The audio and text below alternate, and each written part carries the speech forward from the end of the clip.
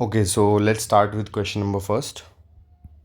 A negatively charged object x. x एक object है जो नेगेटिवली चार्ज है, repelled by another object y. तो y भी कैसा होगा? नेगेटिव ही होगा अगर इनके बीच में रिपल्शन है तो. Simple. Okay. However an object z is attracted to y. z जो है वो y से अट्रैक्ट हो रहा है, तो z पॉजिटिवली चार्ज होना चाहिए. तो इस हिसाब से अगर हम ए ऑप्शन पे जाएंगे तो ये गलत हो जाएगा. वाई? बिकॉज यहाँ पर अट्रैक्शन की बात हुई है. एंड यहाँ पर एक स्टेटमेंट याद रखना ज़रूरी होगा, नहीं है तो please note it down in your notes as well. Repulsion is the sure test. चाहे वो चार्ज हो चाहे वो मैग्नेटिज्म हो, रिपल्शन श्योर टेस्ट होता है, अट्रैक्शन नहीं होता है. क्यों? मान लीजिए एक नेगेटिवली चार्ज बॉडी है, उसके पास में एक न्यूट्रल बॉडी लेके आता हूँ, तो भी इसको अट्रैक्ट कर ले जाएगी अगर ये बॉडी हल्की है तो. क्यों? क्योंकि यहाँ पर पॉजिटिव चार्ज गेन होगा बिकॉज ऑफ इंडक्शन. तो यहाँ पर कीवर्ड्स हैं इंडक्शन. तो यहाँ पर इस चीज़ को ध्यान रखेंगे कि इंडक्शन की वजह से ये बॉडी अट्रैक्ट हो सकती है. तो अट्रैक्शन हो सकता है जिसमें कि दोनों बॉडीज़ पे अगर चार्ज ना भी हो तो, लेकिन रिपल्शन के लिए दोनों बॉडीज़ पे चार्ज होना ज़रूरी है. सो अगर जेड अट्रैक्ट हो रहा है तो जेड पॉजिटिवली चार्ज हो सकता है बिकॉज यहाँ पर नेगेटिव चार्ज है, और जेड न्यूट्रल भी हो सकता है. So we will go with this option. Next question. When a negative charge is brought near one face of a metal cube. So let's say there is a metal cube and we are bringing a negative charge into its proximity. इसके पास में हम negative charge लेके आ रहे हैं, तो देखते हैं क्या होता है. नेगेटिव चार्ज माइनस क्यू को लेकर आए हैं, is brought near one face of metal cube. क्या क्यूब पॉजिटिवली चार्ज होगा? नेगेटिव चार्ज होगा. तो यहाँ पर जो फिनोमेना होगा वो होगा इंडक्शन, क्योंकि हमने कनेक्ट नहीं किया आपस में, सिर्फ उसके पास लेके आ रहे हैं. तो यहाँ पर चार्ज इंड्यूस होगा. अगर ये नेगेटिव है तो इसके एक फेस पर क्या आ जाएगा? पॉजिटिव. और एक तरफ अगर पॉजिटिव आया है तो दूसरी तरफ क्या आ जाएगा? नेगेटिव. अब इसके हिसाब से हम ऑप्शंस को एनालाइज कर लेते हैं एक बार फटाफट. So cube becomes positive charge? नहीं. The cube becomes negative charge? नहीं. The face near the charge becomes positive and the opposite face becomes negative. So option number third. ये सारे straight forward questions थे. In an experiment, 3 microscopic latex spheres are sprayed into a chamber, became charged with charges +3e, दूसरे का है +5e और एक का है -3e. All the 3 spheres came in contact simultaneously for a moment and got separated. अब इन तीनों को कांटेक्ट में लाया गया है, ठीक है. तो which one of the following are possible values of the final charge. तो यहाँ पर हम लगाएंगे चार्ज कंजर्वेशन. चार्ज कंजर्वेशन, जितना चार्ज टोटल इनिशियल था बाद में उतना फाइनल होगा. टोटल कितना होगा? तीनों को ऐड करो, +3 +5 -3. तो ये टोटल करके बन रहा है हमारा +5. तो इनमें से जितने भी ऑप्शन है ए बी सी डी, जिसमें भी ऐड करके 5 आता है, that will be the correct one. इसमें चेक करो. 5 5 10 -4 6, गलत. 5 + 3.5 ये हो जाएगा 9. 9 - 4 will be 5. So this seems like a correct option. However it is not. ये करेक्ट क्यों नहीं है? क्योंकि यहाँ पर ई जो है वो 3.5 दे रखा है, और जो ई होता है वो हमेशा इंटीग्रल मल्टीपल होता है. और ये जो हमारा कॉन्सेप्ट है ये आता है क्वांटाइजेशन ऑफ चार्ज से. Quantization of charge. So we know that Q can only exist as +- की फॉर्म में, और एन यहाँ पर क्या होता है? इंटीजर. तो ई का हाफ कभी एग्जिस्ट नहीं करेगा, ई का 1/3 एग्जिस्ट नहीं करेगा. तो हाउएवर इन तीनों को हम ऐड कर रहे हैं तो टोटल कितना बन रहा है? 5, विच इज़ करेक्ट. 5 बनना चाहिए, बट क्योंकि यहाँ पर चार्ज हाफ में जा रहा है तो ये क्वांटाइजेशन को ब्रेक कर रहा है, इसीलिए इस ऑप्शन को हमें रिजेक्ट करना पड़ेगा. Option number D says 7 5 5. 12 - 8 will be 4, so this is wrong. 6 6 12 - 7 5, this is correct. So option number B is the correct one. तो क्यू फाइनल इसमें अगर चेक करें तो 6 + 6 - 7, 12 - 7 इज़ +5. सो या ऑप्शन नंबर बी सही है. पता नहीं यार ये वाला क्वेश्चन तुम लोगों ने गलत कैसे कर दिया. ये बहुत ही स्ट्रेट फॉरवर्ड क्वेश्चन था और बहुत बच्चों ने गलत किया हुआ है. फोर्थ क्वेश्चन देखते हैं. An object has a charge of 1 coulomb. So let's say there is an object, it has a charge of 1 coulomb, gains 5 into में 10 टू द पावर 18 इलेक्ट्रॉन्स. तो मानते हैं ये हमारा ऑब्जेक्ट है ए, इस पर चार्ज कितना 1 कूलम. इसने गेन किए हैं कितने इलेक्ट्रॉन्स, 5 इंटू में 10 की पावर 18 इलेक्ट्रॉन्स. तो इसने कितना चार्ज गेन किया है. तो इलेक्ट्रॉन्स का नंबर पता चल गया, इतने इलेक्ट्रॉन्स हैं. तो चार्ज निकालने का, charge entered due to electrons.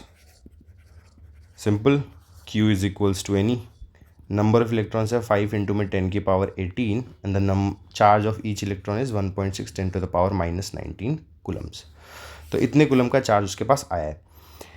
अगर हम मल्टीप्लाई करते हैं तो हमें पता चलेगा 16 1.6 times 5 is 10 to the power -19 plus 18. 16 5 will be 8 and this will be 10 की पावर -1. सो बेसिकली 0.8 कूलम्स इतना चार्ज आया. बट ये चार्ज जो इलेक्ट्रॉन्स का होता है वो कैसा चार्ज होता है, नेगेटिव चार्ज. और ये बॉडी कैसी चार्ज है, पॉजिटिवली चार्ज है ना. 1 कूलम लिखा है, -1 कूलम तो नहीं लिखा.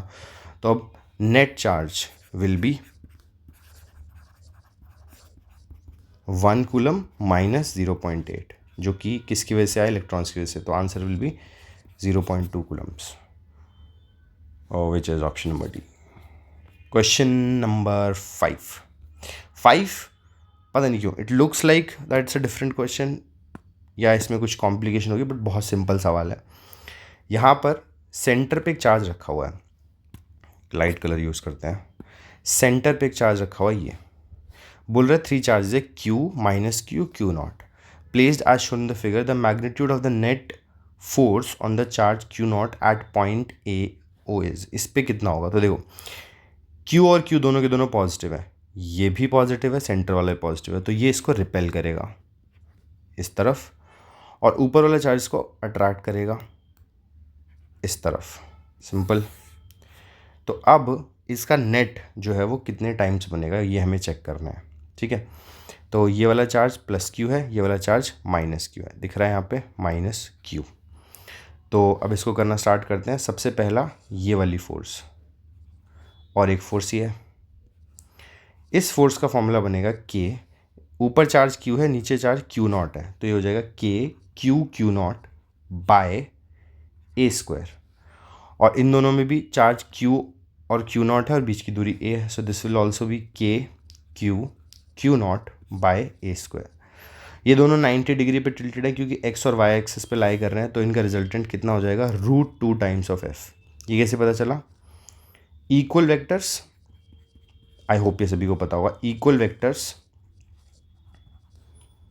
If tilted at 90 degree with each other, तो उनका रिजल्टेंट √2 टाइम्स ऑफ f आता है. तो यहाँ से मेरा फाइनल एफ नेट का जो आंसर है वो आ गया √2 times of f. Now what is f? f is K Q naught by A square. Done. So √2 times K Q naught by A square, option number C. I hope ये ठीक ही क्या होगा. Question number 6. This is a very easy question. Like I think ये easy में क्यों है, क्योंकि इसमें कोई कॉम्प्लिकेशन है ही नहीं, बस आपको सवाल ढंग से रीड करना है. 4 ऑब्जेक्ट्स हैं W X Y Z.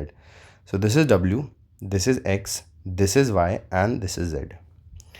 Each with a charge plus Q are held fixed at 4 points of a square of side D as shown in the figure.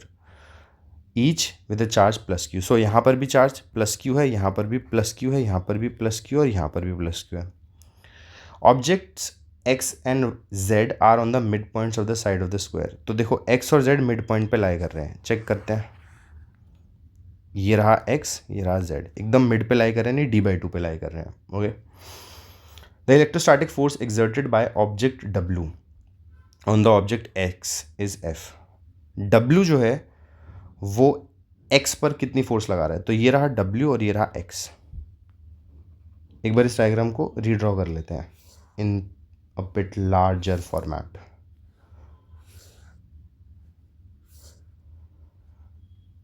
Colour change. ये रहा X और ये रहा W. W और x के बीच की force F है, बीच की दूरी कितनी है d/2, और सभी का चार्ज कितना है प्लस क्यू, ये भी प्लस क्यू, ये भी प्लस क्यू, तो इसके बीच की जो फोर्स है उसको एफ बोला हुआ है। तो मतलब मैं टेक्निकली बोल सकता हूँ that F is equals to K, एक चार्ज आएगा क्यू, दूसरा चार्ज आएगा क्यू, बीच की दूरी d/2 इसका होल स्क्वायर। थोड़ा सा सिंप्लीफाई करेंगे, दिस बिकम्स के Q square by D square, और ऊपर आ जाएगा 4। तो मेरे पास एफ की एक वैल्यू इस तरीके से आ गई। फाइन, अब आगे देखते हैं सवाल क्या बोल रहा है। सवाल बोल रहा है magnitude of force exerted by object W on Z। अब W Z पे कितनी लगाएगा, तो अब ड्रॉ कर लेते हैं एक बार W और Z को भी डायग्राम के अंदर ही। Z भी मिड पॉइंट पे लाई कर रहा है, तो ये रहा Z, मतलब X से अगर Z को ज्वाइन करूँ तो सीधी लाइन आएगी, ये रहा Z। अब W कितनी फोर्स लगा रहा है Z पे, तो एक लाइन ड्रॉ करो W से Z को ज्वाइन करती है। ये जो पूरा का पूरा डिस्टेंस है ये D है, ओके, एंड दिस डिस्टेंस अभी हमने थोड़ी देर पहले देख ही लिया था, d/2 है। तो आप यहाँ पे देखेंगे कि राइट एंगल ट्रायंगल बन रहा है, तो ये हाइपोटेनस जो है इसकी लेंथ कितनी हो जाएगी, इसकी लेंथ हो जाएगी √d/2 का whole square plus D square, simple. तो W और Z के बीच की जो दूरी है, distance between W and Z would be equal to √d/2 का होल स्क्वायर प्लस d का स्क्वायर, राइट, ओके। अब इसको पुट करते हैं, फोर्स निकालनी है बिटवीन W एंड Z, तो उस फोर्स को F डैश बोल देते हैं। F dash should be equal to K, इन दोनों चार्जेस Q Q हैं, और बीच की दूरी है √d/2 whole squared plus D squared, ये हो गया, स्क्वायर से रूट हमारा यहाँ से रिमूव हो जाएगा। So F dash should be equal to KQ square by, now what is the value of d/2 squared plus D squared, so ये हो जाएगा d स्क्वायर बाय 4, और ये हो जाएगा d स्क्वायर, ऐड करोगे तो बन जाएगा 5d स्क्वायर बाय 4। तो यहाँ पर नीचे आ जाएगा 5d स्क्वायर बाय 4, 4 ऊपर चला जाएगा तो ये हो जाएगा KQ स्क्वायर 4 टाइम्स अपॉन में 5d स्क्वायर। बट इसकी वैल्यू हमें पहले से पता है 4KQ स्क्वायर और अपॉन में डी स्क्वायर, इतने पोर्शन की वैल्यू हमें पहले से पता है। ये देखो, ये रही इसकी वैल्यू F के बराबर है, तो उस लॉजिक के अकॉर्डिंग ये हो जाएगा F/5। Done. Question number B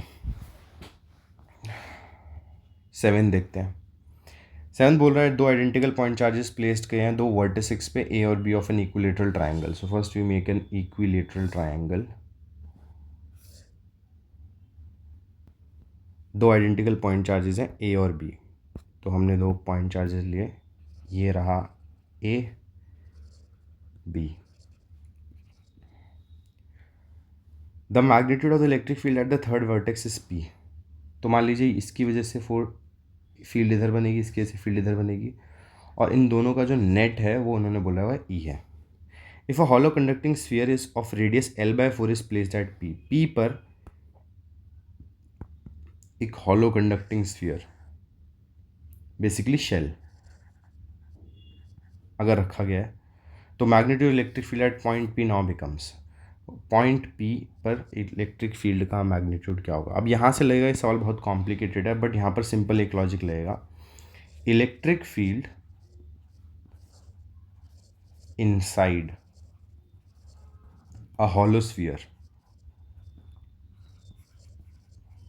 is equals to 0। Hollow sphere के अंदर इलेक्ट्रिक फील्ड 0 होगी, that is why point P पर भी इलेक्ट्रिक फील्ड कितनी हो जाएगी 0। Option number D, done. Question number 8 थोड़ा सा कैलकुलेट करना है, थियोरेटिकली मुश्किल नहीं है, और ये टॉपिक हमने क्लास में भी डिस्कस किया हुआ है, इस पर बेस्ड क्या है। दो चार्ज पार्टिकल्स हैं P Q having same charge but different masses. So P की बात हो रही है, Q की बात हो रही है, दोनों पे चार्ज सेम है, तो let's say Q small q कर लेते हैं, small q, different masses MP MQ। Start from rest, so initial velocity is 0, travel equal distances, so distance traveled is also same, with uniform electric field, तो दोनों के लिए electric field भी कैसी है same, in time TP and TQ, time लेता है TP, ये टाइम लेता है TQ, neglecting the effect of gravity T by T Q का रेशियो क्या होगा। तो आपको दिख ही रहा है इसमें एस दे दिया, यू दे दिया, टी दे दिया, तो कौन सी इक्वेशन ऑफ मोशन यूज होगी, एस बराबर U T plus half A T square. But A नहीं पता, तो ए को कैसे निकालेंगे, simple, F is equals to mass into में एक्सेलरेशन, एफ बराबर क्यू ई बराबर मास इंटू में एक्सेलरेशन, एक्सेलरेशन बराबर क्यू ई बाय एम। अब अगर ये तीनों की तीनों चीज़ें कांस्टेंट होती हैं हमारे पास, तो उस पर्टिकुलर केस के अंदर हमारे पास एक्सेलरेशन कांस्टेंट होगी और तभी हम इक्वेशन ऑफ मोशन को लगा पाएंगे। तो क्या हमारे पास ये सारी चीज़ें constant, let's check. Electric field सवाल में गिवन है, कांस्टेंट है, मास कांस्टेंट ही होता है और चार्ज भी दोनों का सेम है, तो एक्सेलरेशन सेम रहेगी। सो सिंस एक्सेलरेशन सेम रहेगी तो हम दोनों के इसको कंपेयर कर सकते हैं। वो बोल रहा है दोनों के डिस्टेंस सेम है, मतलब जितना डिस्टेंस पी ट्रैवल करना है उतना डिस्टेंस क्यू ट्रैवल कर रहा है। तो यहाँ पर U T plus half A T square बराबर U T plus half A T square. दोनों की इनिशियल वेलोसिटी ज़ीरो है, तो यहाँ से ये वाला टर्म तो हट जाएगा, तो यहाँ से बचेगा half acceleration of P time of P का square is equals to half acceleration of Q time of Q का स्क्वायर। हाफ से हाफ कैंसिल, एक्सेलरेशन का फॉर्मूला होता है क्यू ई बाय एम, तो एक्सेलरेशन ऑफ पी पे रखूँगा Q, electric field E, M की जगह पे M P, time of P का स्क्वायर। एक्सेलरेशन ऑफ क्यू में आएगा क्यू, मैंने दूसरा क्यू सेम क्यों रखा, कि सवाल ने क्यू सेम दिया है, फील्ड भी सेम दिया है, इसका मास हो जाएगा एम क्यू और टाइम टी क्यू का स्क्वायर। अब क्यू ई से क्यू ई क्या हो जाएगा, कैंसिल, और हमसे पूछा गया T P by T Q, तो यहाँ से बचेगा टी पी का square by M P is equals to T Q का square by M Q. T P by T Q whole square should be equal to M P by M Q. तो यहाँ से T P by T Q, अब दोनों तरफ हम कर देंगे रूट, तो यहाँ से आपका आंसर हो जाएगा under root M P by M Q.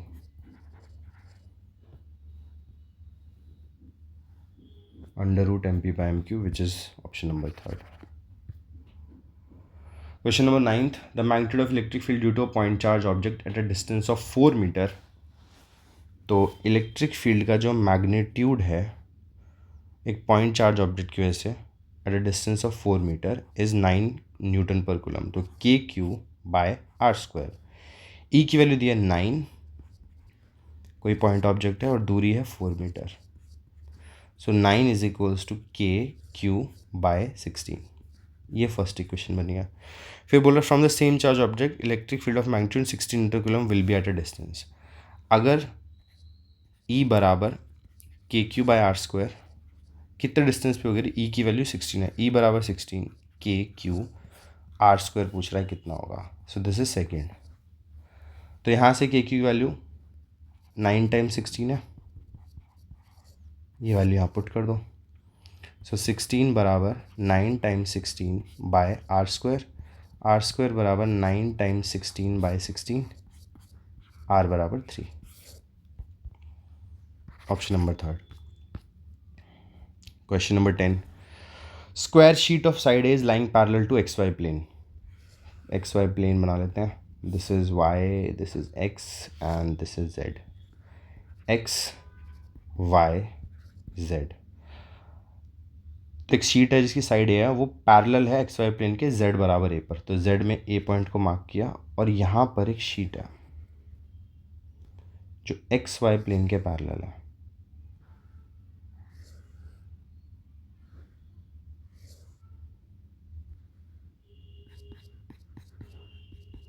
Okay, electric field जो है वो सी जेड स्क्वायर के कैप है, मतलब electric field positive Z axis में जा रही है, तो इलेक्ट्रिक फील्ड जो है वो इस तरीके से बह रही है।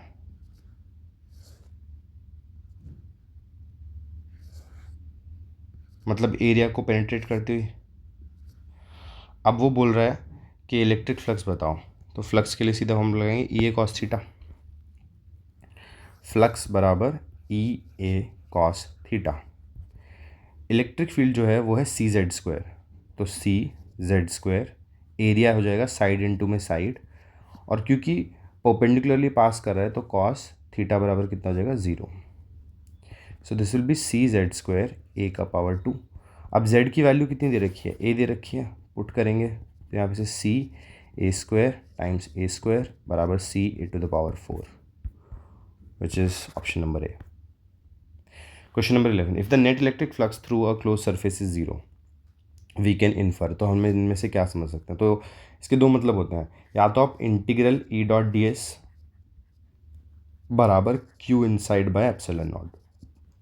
अगर आप फ्लक्स जीरो चाहते हो तो या तो चार्ज इनसाइड जीरो हो जाए या इलेक्ट्रिक फील्ड जीरो हो जाए, या इलेक्ट्रिक फील्ड और एरिया के बीच में थीटा जीरो की जगह 90 डिग्री हो जाए. तो देखते हैं इसमें से किस ऑप्शन क्या होता है. No net charge is enclose by the surface, ये बात ठीक है. यूनिफॉर्म इलेक्ट्रिक फील्ड एग्जिस्ट, अगर यूनिफॉर्म इलेक्ट्रिक फील्ड होगी तो ये देखो इलेक्ट्रिक फील्ड अगर है यहाँ पर तो फ्लक्स फिर भी एग्जिस्ट कर सकता है. So this is not like the absolute reason अगर नेट फ्लक्स जीरो है तो. Electric potential varies from point to point inside the surface. No charge is present inside the surface. Charge present होगा तो net flux zero हो ही नहीं सकता. So the best reason here is option number A. Theoretical question straight up. Electric flux through a closed Gaussian surface depends upon. तो flux again Q inside by epsilon not पे depend करता है या integral E dot D S पे depend करता है. अब check करते हैं. नेट चार्ज इंक्लूजन परमिटिविटी, सही पहला ही ऑप्शन है. क्यू बाय एप्सिलॉन नॉट पे डिपेंड करता है. This is permittivity of medium, this is charge enclosed. Net charge enclose permittivity medium, size of the Gaussian surface. Remember इस पर ये मैटर नहीं करता है कि गॉसियन सरफेस में इतने साइज़ का बना रहा हूँ इतने साइज़ का बना रहा हूँ, इससे कोई फ़र्क नहीं पड़ता. So no, net charge enclose only. क्या सिर्फ नेट चार्ज पे डिपेंड करता है? क्या सिर्फ परमिटिविटी पे डिपेंड करता है? नहीं, दोनों पे डिपेंड करता है. क्यू भी है इस मामले में, एप्सिलॉन नॉट भी है, तो दोनों की अपनी इंपॉर्टेंस है, इसकी भी और इसकी भी. Moving on, question number 13. A conducting sphere of radius R is given a charge Q. Conducting sphere of radius r is given a charge q. This is the radius r is given a charge q. Consider 3 points A, B, C. So let's say it has charge q. So इसके पूरे surface पे हम मान लेते हैं charge q है. Okay. Consider 3 points A, B, C at A at the center, B at a distance r by 2 and C on the surface. The electric potential at these points are. Conducting sphere अगर है तो सारा का सारा charge surface पे लाई करेगा.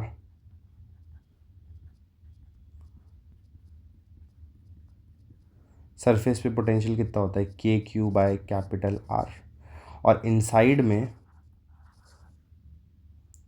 में कितना रहेगा? Same as surface, same as surface.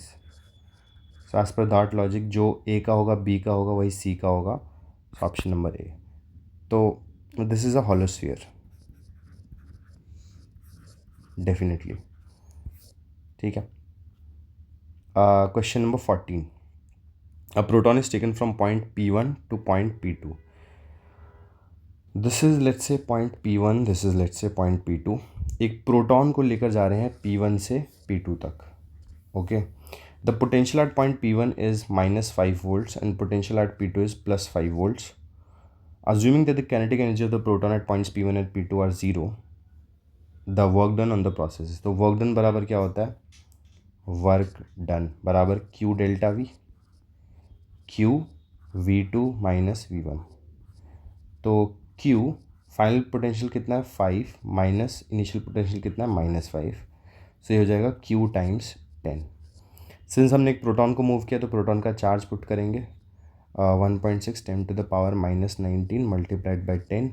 It will be 1.6 times 10 to the power -18 I guess. Yes. तो work done on the proton will be this. Done. 14 कब भी हो गया? 15.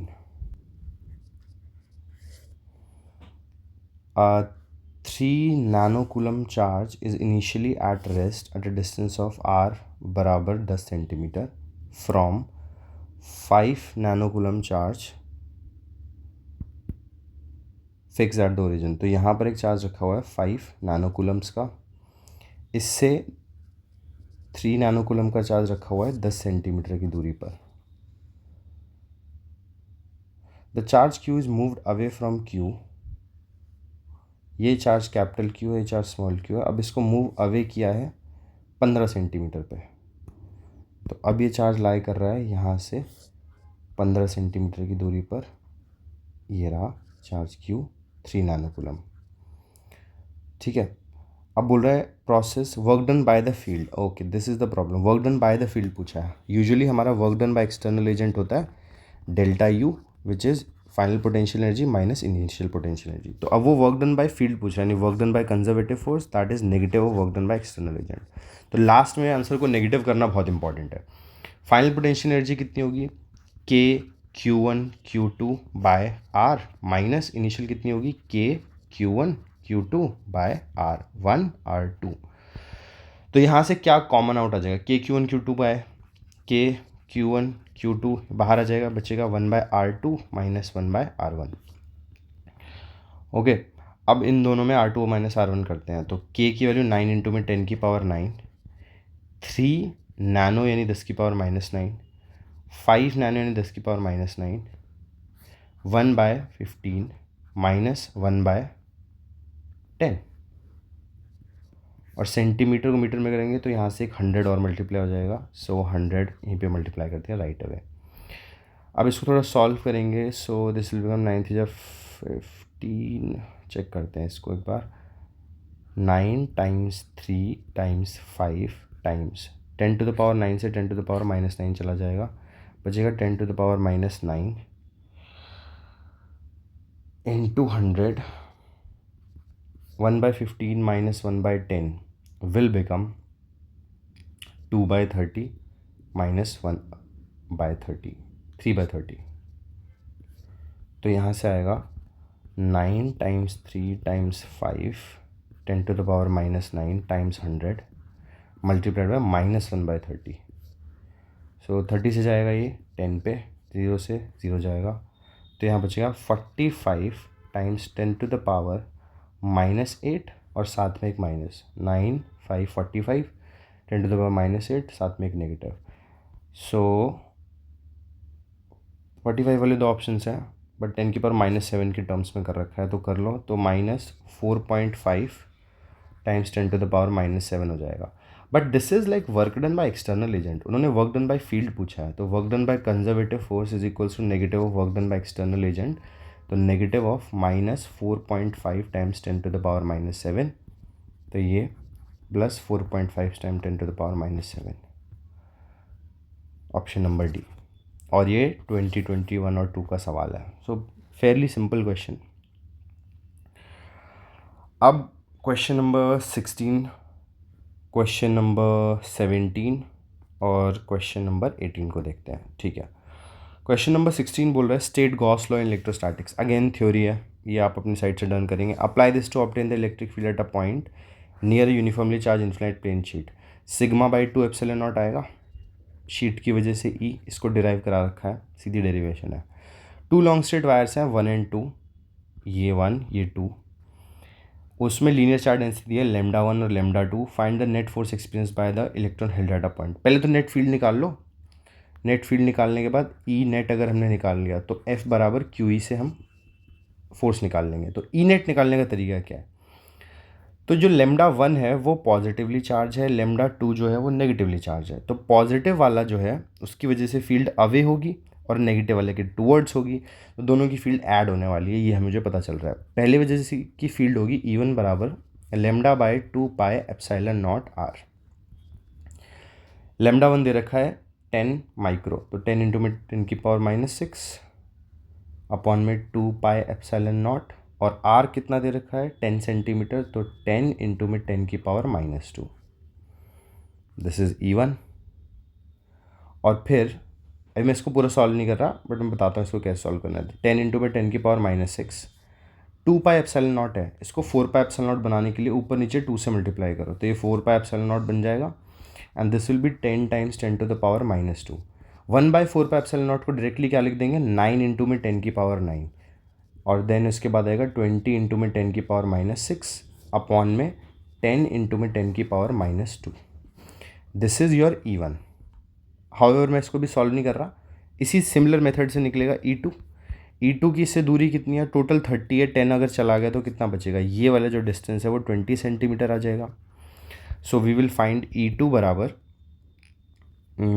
लेमडा, कितना है इसका लेमडा, -20, तो 20 इंटू में 10 की पावर -6। अंडरस्टैंड, मैंने डायरेक्शन ऑलरेडी कंसिडर कर लिया तो नेगेटिव नहीं लगाऊंगा। 2 पाई एप्सिलॉन नॉट, आर की जगह पे क्या आ जाएगा, 20 इंटू में 10 की पावर -2। इसी तरीके से हम इसको सॉल्व कर लेंगे। फाइनल जब आंसर आप लिखेंगे तो उसमें f बराबर, ये स्पेसिस को मैं फिल कर दूंगा PDF में, f बराबर QE में चार्ज किसका आएगा, इलेक्ट्रॉन का, तो यहाँ पर आएगा 1.6 10⁻⁻⁹, और E की जगह पे आएगा E1 और E2 की समेशन से जो फील्ड्स आएंगी, तो यहाँ से आपका f निकल जाएगा। डन। और कुछ पार्ट है सवाल का, नहीं, बस इतना ही है। A small conducting sphere of radius, लगभग सभी का ये वाला सवाल गलत है। I don't know how also, मतलब इसमें तो सीधा कंडक्शन का केस लग रहा है। एक स्मॉल कंडक्टिंग स्फीयर है, रेडियस r का, तो एक छोटा सा कंडक्टिंग स्फीयर है, radius r, charge to a potential v, तो इस पर पक्का कुछ चार्ज है, इसको पोटेंशियल v तक पहुंचा दिया गया है, तो इस पर चार्ज है v बराबर लेट्स से KQ, और इसका रेडियस कितना है r। ये इसकी कहानी होगी यहाँ पे। डन। अब वो बोल रहा है कि इसको इंक्लोज किया है एक स्फेरिकल कंडक्टिंग शेल से जिसका नाम B है और इसका रेडियस है कैपिटल R, तो इसको अब एनक्लोज करना है। देखो, इसको एनक्लोज करने के लिए ये मैंने बनाया बड़ा शेल जो है ये B है, अंदर वाला था A। Calculate the final potential, नहीं मैंने like if A and B are connected by thin wire, ये देखो A और B को कनेक्ट कर दिया थिन वायर से। अब क्या होगा, फाइनल पोटेंशियल कितना होगा, whenever 2 points in a circuit are connected by a wire,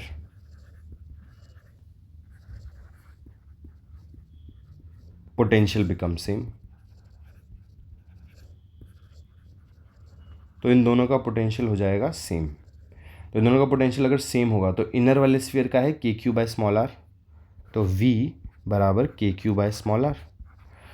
तो यहाँ से एक चार्ज निकाल लो, क्योंकि यही चार्ज तो बाहर ट्रांसफ़र होगा। अंडरस्टैंड, ये चार्ज यहाँ से यहाँ ट्रांसफ़र होने वाला है ताकि पोटेंशियल सेम हो जाए। तो ये इसका जो पोटेंशियल है, बाहर वाले का पोटेंशियल क्या होगा, KQ बाय कैपिटल R, क्योंकि हॉलोस्फीयर का सरफेस पे पोटेंशियल कितना होता है, KQ by capital R। But Q कहाँ से आएगा, Q यहाँ से आएगा।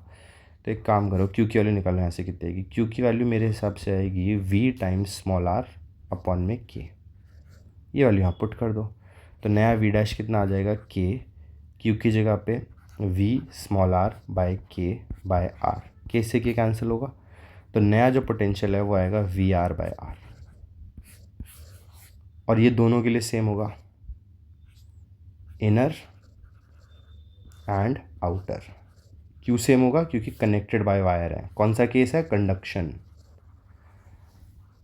फॉर सम रीज़न लोग यहाँ पे इंडक्शन लग रहा था, इंडक्शन तो हो ही नहीं सकता, इंडक्शन में एक्चुअली में टचिंग नहीं होती है, इसमें वायर से कनेक्ट किया गया दोनों स्फीयर्स को, तो charge inside to outside flow करेगा। Again fairly simple question, right to characteristics of equipotential surface. लिखूंगा नहीं मैं, बट मैं बता देता हूँ। वर्क डन अगर करना होगा एक इक्विपोटेंशियल सरफेस पे चार्ज को मूव करने के लिए, तो वो जीरो रहेगा, क्योंकि पूरे पे पोटेंशियल सेम रहता है ना। हमारे पास फॉर्मूला क्या है, वर्क डन बराबर Q डेल्टा V, पूरे पे V सेम है तो डेल्टा V जीरो हो जाएगा, वर्क डन जीरो रहेगा, तो no work done in moving that. और इस पर हमेशा इलेक्ट्रिक फील्ड कैसी रहती है, परपेंडिकुलर रहती है इक्विपोटेंशियल सरफेस पे। तो 2 पॉइंट्स मैंने आपको बता दिए, ऑल्दो हमारे पास और भी बहुत सारे पॉइंट्स हैं। नेक्स्ट है uniform electric field 15 newton per coulomb is set up in a region along the positive X axis. इसके लिए पेज ऐड करना पड़ेगा, क्वेश्चन थोड़ा सा लंबा जा रहा है। Add page,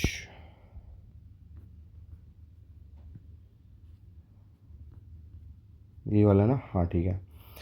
uniform electric field of 15 newton per coulomb is set up in a region along the positive X axis. तो मान लीजिए ये एक पॉजिटिव एक्स एक्सिस वाला रीजन है, यहाँ पर इलेक्ट्रिक फील्ड सेटअप हुई है 50 न्यूटन पर कूलम। ओके, अब क्या करना है, if the potential at origin is 220, find the potential at 4,3। Okay, let's say this is the origin. बहुत ही सिंपल सा क्वेश्चन है। यहाँ पर 220 वोल्ट्स का पोटेंशियल है, तो यहाँ पर V1 मान लो इतना है। अब ये किसी और पॉइंट पे बोल रहा है, यहाँ पर कोई पॉइंट है जो कि एक्स एक्सिस में कितनी दूरी पर है, 4 मीटर, एक्स एक्सिस में 4 मीटर और वाई एक्सिस में 3 मीटर। ये वाई एक्सिस में कितना ऊपर गया इससे मुझे कोई लेना देना नहीं है, क्योंकि इलेक्ट्रिक फील्ड वाई में नहीं चेंज हो रही है, इलेक्ट्रिक फील्ड सिर्फ एक्स में इसके अलॉन्ग चेंज हो रही है। ठीक है, तो अब कौन सा फॉर्मूला लगाएंगे हम इसको सॉल्व करने के लिए, इस पॉइंट पर पोटेंशियल निकालने के लिए। लेट्स से मैं इस पॉइंट को बोल देता हूँ 1 और इस पॉइंट को बोल देता हूँ 2। सो हमें पता है that E is equals to minus dV/dr। Electric field potential gradient के नेगेटिव के बराबर होती है, तो E बराबर माइनस dV को डेल्टा V/डेल्टा R बोल सकता हूँ। ठीक है, क्या मैं E को माइनस डेल्टा V को V2 माइनस V1 और R2 को R2 माइनस R1 बोल सकते हैं ऐसा। अब क्रॉस मल्टीप्लाई करते हैं, तो यहाँ से क्या क्या वैल्यूज आएंगी। V2 मुझे निकालना है, तो माइनस V2 मुझे निकालना है, V1 है 220 वोल्ट्स, R2 की दूरी है 4 मीटर, तो ये हो गया 4 और इसकी दूरी है 0, और इलेक्ट्रिक फील्ड कितनी है 50 न्यूटन पर कूलम की पूरे में।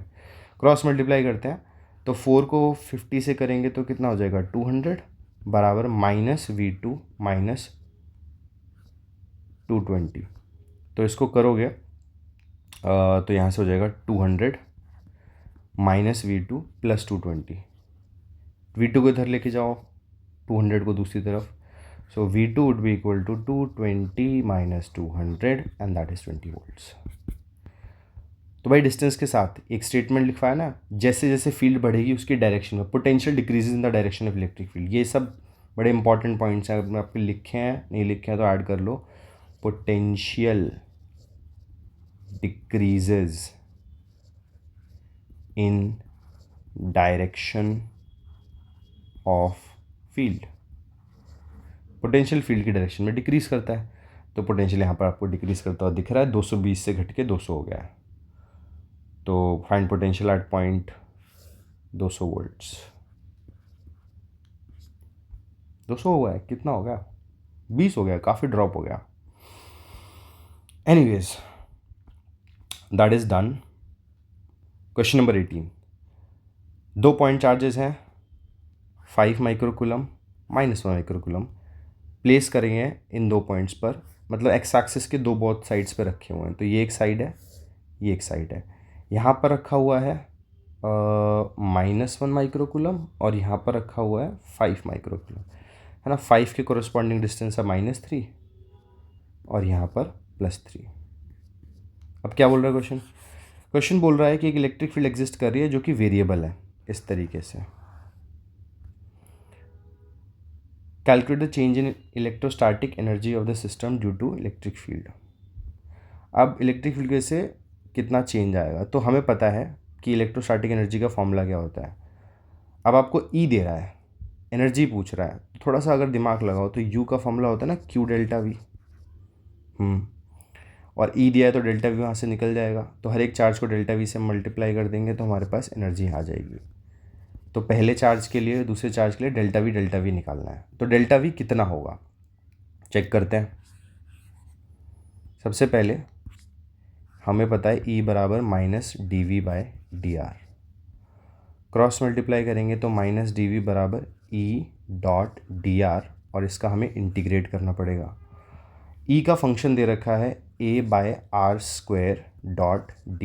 इंटीग्रेटेड, a कॉमन आउट आएगा, बचेगा 1/r² the integration of 1/r² would be -2 वैसे मैं थोड़ा सा एक्सपैंड करके कर रहा हूँ, सभी को पता है इसका आंसर -1/r आएगा।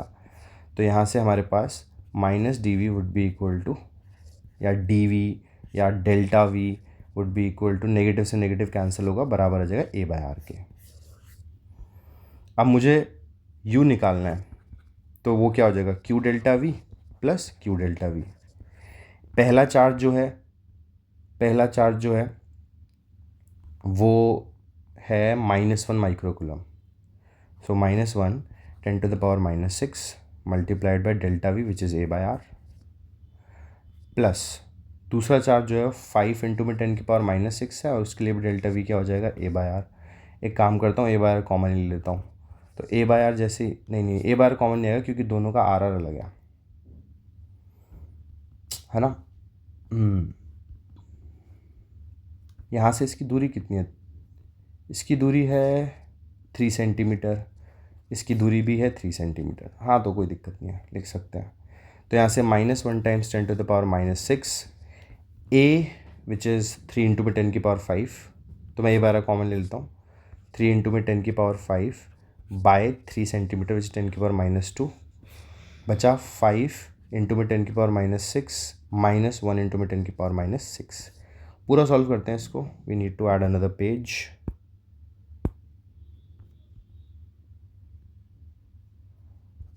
3 से 3 कैंसिल होगा, 10 की पावर आएगा 7 और ऊपर बचेगा 5 - 4 इंटू में 10 की power -6, 40 joules. Done. Change electrostatic energy हमारा आ गया ये, ठीक है। डेल्टा यू बराबर Q delta V plus Q delta V. System of 2 conductors placed in the air causes a potential difference. मान लीजिए 2 कंडक्टर हैं ए और बी, एक पे चार्ज है +80 माइक्रोकूलम्स, एक पे चार्ज है -80 माइक्रोकूलम्स। पोटेंशियल डिफरेंस इनके बीच का है V बराबर 16V। तो पूछ क्या रहा है, कैपेसिटेंस पूछ रहा है, Q बराबर CV लगा दो, C बराबर Q/V। इसमें Q क्या होता है, एक प्लेट का चार्ज होता है, तो एक प्लेट का चार्ज कितना हो जाएगा 80 इंटू में 10 की पावर -6 और पोटेंशियल डिफरेंस हो जाएगा 16, 16 पंजे 80, 5 इंटू में 10 की power -6, 5 microcoulombs is the 5 microfarads is the capacitance. उसके बाद बोल रहा है if the air between the capacitors replace by dielectric medium जिसका डाइलेक्ट्रिक कांस्टेंट 3 है, तो इससे पोटेंशियल डिफरेंस पे क्या असर होगा। मैंने ना बैटरी के रिमूवल और बैटरी के एडिशन के साथ एक केसेस कराए, अगर आपको याद है तो आप डायरेक्ट आंसर कर सकते हो, नहीं याद है तो कोई बात नहीं। नया कैपेसिटेंस क्या होगा, K टाइम्स इनिशियल का, K कितना है 3, तो कैपेसिटेंस जो है वो K टाइम्स बढ़ जाएगा, ठीक है। Q बराबर CV, V बराबर Q/C। Q क्योंकि कांस्टेंट रहेगा क्योंकि कोई बैटरी अटैच नहीं है, तो अगर कैपेसिटेंस K टाइम्स बढ़ा है तो पोटेंशियल K टाइम्स घट जाएगा, है ना। So new potential would be Q/KC या फिर V/K। अब V कितना था पहले 16 और अब K कितना हो गया 3, तो answer 16/3 volts. Done. Charges of through conductors are changed +160 और -160, चार्जेस डबल कर दिए तो कैपेसिटेंस पे क्या असर होगा। तो मैंने बताया था Q बराबर CV में अगर C बराबर Q/V रखते हो, Q को चेंज करो V को चेंज करो, इसका कैपेसिटेंस से कोई लेना देना नहीं है। कैपेसिटेंस डिपेंड करता है ε0 A/D पर। एरिया D को चेंज करोगे तो कैपेसिटेंस पर कोई असर पड़ेगा, तो अगर आपने चार्ज को चेंज किया तो कोई भी असर नहीं पड़ेगा, तो no effect, no effect. Give reason for your answer. I just give a reason because the capacitance depends on dimensions which is area या परमिटिविटी ऑफ मीडियम या डिस्टेंस बिटवीन द प्लेट्स। अगर आप इन तीनों को नहीं छेड़ रहे हो डायमेंशंस को, तो चार्ज और पोटेंशियल डिफरेंस चेंज करने से कैपेसिटेंस पर कोई भी असर नहीं पड़ेगा। Done, the test is solved. Now according to me I think ये टेस्ट आउट ऑफ 10 5.5 रेटिंग पे रहेगा इन टर्म्स ऑफ टफनेस। एक आधे क्वेश्चन थे जिसमें सोचना था, but at the end of the day it's all CBSE level ना, कोई उतना कॉम्प्लिकेटेड कुछ है नहीं इसमें, कुछ भी मेरे ख्याल से अब बचा नहीं है। एक बार अपनी साइड से अपने आंसर्स को प्लीज़ क्रॉस चेक कर लीजिएगा, ठीक है। ओके।